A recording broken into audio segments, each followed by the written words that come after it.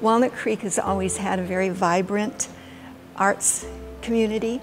Even before I got here in 1970, there were great performances by the Diablo Light Opera Company, the Contra Costa Musical Theater, and they performed in what was really a repurposed walnut warehouse called the Nut House.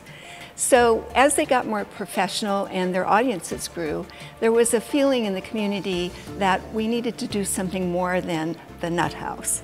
So the nonprofit Civic Arts Association got a grant from the city for $500,000 to start planning something.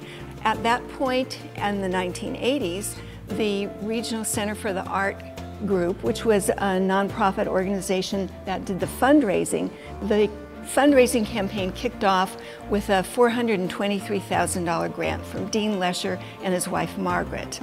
Dean was the publisher of the Contra Costa Times.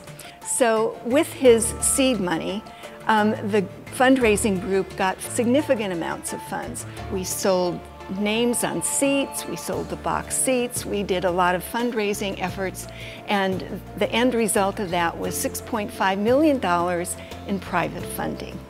With that private funding, the Regional Center for the Arts fundraisers then hired an architect.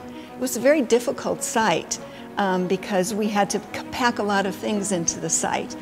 All of this meant that we had to balance the artistic vision versus the cost of the bricks and mortars. And so it was a very complex issue, but it took 2 years to finish. And then on October 4th, 1990, we were ready for the grand opening. I was very privileged to be the mayor at that time, but we were involved in a flurry of activities. For example, the fire department hadn't even signed off on the occupancy permit the day before. And we all had to think about what dresses were we going to wear and getting our hair done, because we had headliners. We had Bob Hope, that legendary performer who cracked jokes on the stage and ended with "Thanks for the Memories," his signature song. And we had actor Joel Grey and singers Damone and Diahann Carroll. So it was like our mini Oscar night. It was very exciting. Since that time, Center itself is very much thriving.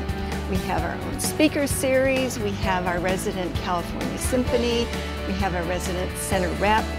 In addition that we have ballets, we have chamber music.